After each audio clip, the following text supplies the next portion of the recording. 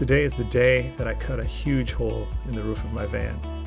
This has given me much anxiety, but it goes relatively well. Welcome to Untethered Living. Stick around to see how this all works out.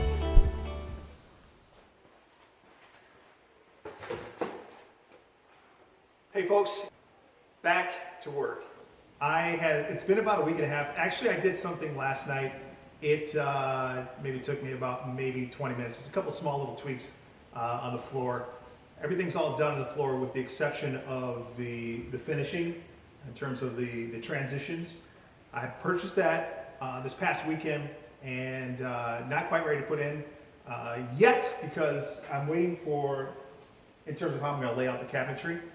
And before I cut that and lay that down, I'm going to hold off on that. But today is the big day. This is the day that has been much anticipated for me, yet at the same time much feared, because today I'm cutting a big hole in the roof of this van. And yeah, am I ready for it? I don't know. I'm ready as I'm gonna be. I was gonna call in some reinforcements. A buddy of mine, he's pretty handy. We actually call him Hands because he's always working with his hands. He's very crafty. I was going to call on him, but he is what would be considered essential worker during this time of coronavirus, and I didn't want to bug him on his time off. I figured I'd give it a go on my own, famous last words. But I went to YouTube University and I watched a number of, probably too many videos, and I saw a lot of people just toughing it out and doing it on their own. A lot of people doing it solo, just cutting a hole and fitting their fan in. I bought a MaxxAir fan, and I'm excited about that because I looked at different fan options. That was the one that's going to work for me because I'll be doing some traveling in this. I may be doing some work out of this as I'm traveling, and if it's raining out, I don't want to have the fan closed on me and I'm in there steaming it, sweating it out. Whereas the MaxxAir fan, you can leave that thing up and have ventilation as it's raining outside too. So that was a big plus for me making that choice. Another thing, one of the videos I watched, shout out to 70 Savage, he recommended this little Dealy Bob here from eBay. It is not cheap. I think it was about 60 some odd bucks that I paid for this thing. It is a mounting bracket. For me, it just saves me the trouble of having to put a ton of tape on the roof to level and even out the fan or that little mount that you put on top of the roof. This is going to be the first thing that I sit down on the roof. It's got little ridges in there that fits this particular van. I noticed that they had customized mounts for the Sprinter van, Mercedes, and the Dodge ProMaster, the Ford Transit, and this little baby here, the Ford Transit Connect they had for. So I was happy to see that, and I'm happy to have this. I'm also going to use this as my trim for my cutout as well too. This is my template as well. So it's multi-purpose, multifaceted, make the job a lot easier.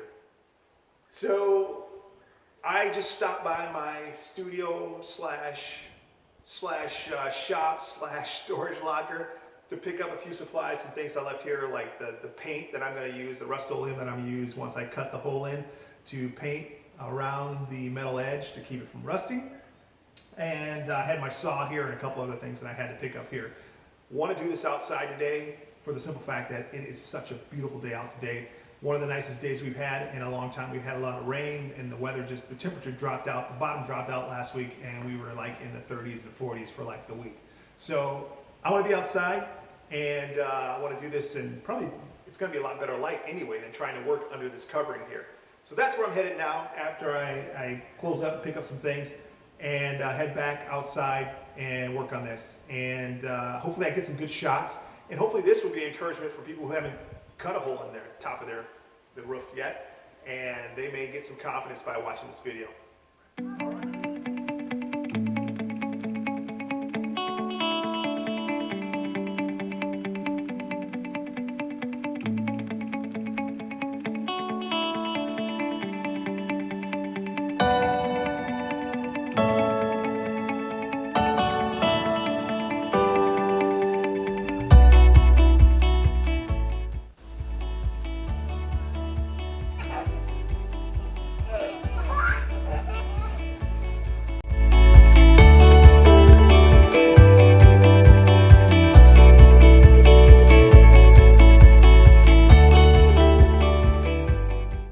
As you can see, I've traced out my cut hole, and with the help of my mouth, of course. I don't know why I do that. When I'm watching myself do this, I notice that I use my mouth to assist in the process.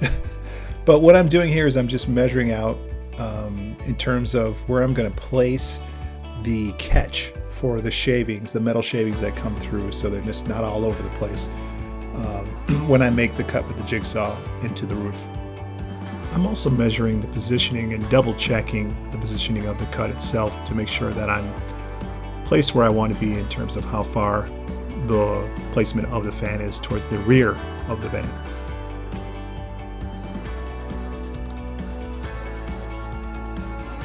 Okay, at this point in my preparation for the cut, I had positioned a garbage bag underneath the area where I was going to cut the hole for the fan. And this helps to catch those metal shavings, as I mentioned before. Keeps the area nice and clean and safe. Those shavings can not only cause rust, but I'm sure if you get them underneath your skin or your fingernails or something, it won't be too pleasant. So I was happy to have that up.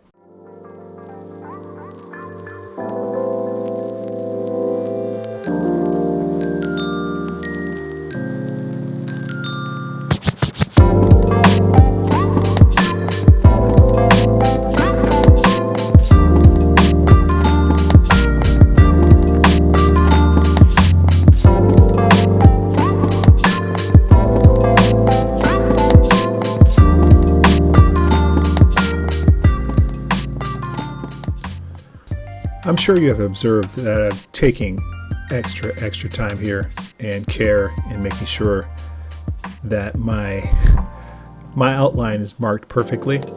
Areas where it was kind of faint, I had to go re-scribe it out, and I was just taking so much extra time measuring and scribing and taping and just kind of reassuring myself that once I make this cut, it was going to be the best cut I could make.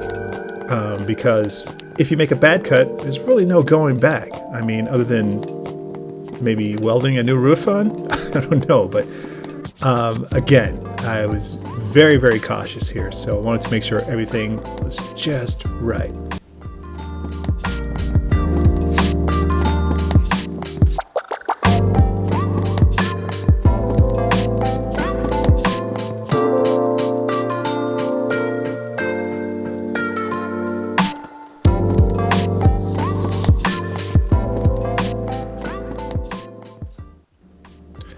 The primary reason for putting the tape around the cut line is to preserve the paint job on the roof from getting scratched when I run the jigsaw over the cut line.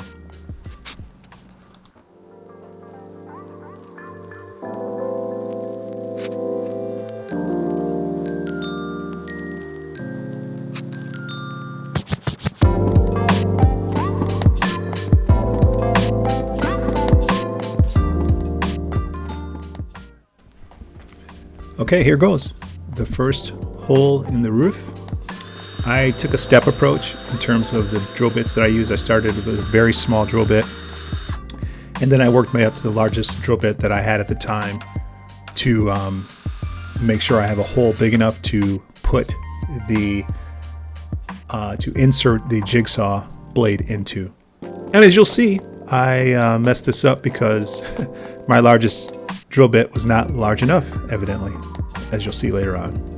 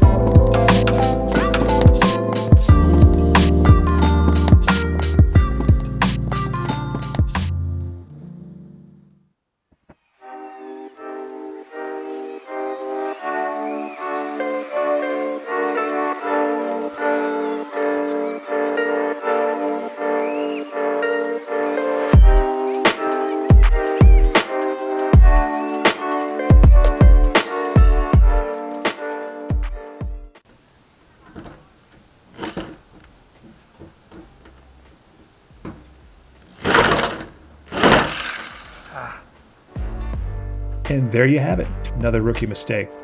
So here I'm just shutting the power supply off to the saw itself so that I could remove the blade. And I don't know what I was thinking when I removed the blade. I was going to try and straighten it out. That's silly. That would never work. But at this point I was pretty frustrated. I wanted to get the cut started because I spent so much time prepping and getting everything just right. I wanted to just get the cut over with because, again, I was still nervous about it. And I probably should have taken a break at this point just to kind of get fresh eyes and come back with a fresh approach. But I was trying to push it through. But I ended up coming to my senses and getting a new blade and a bigger drill bit. So this is where I leave you today, folks. See you in the next video.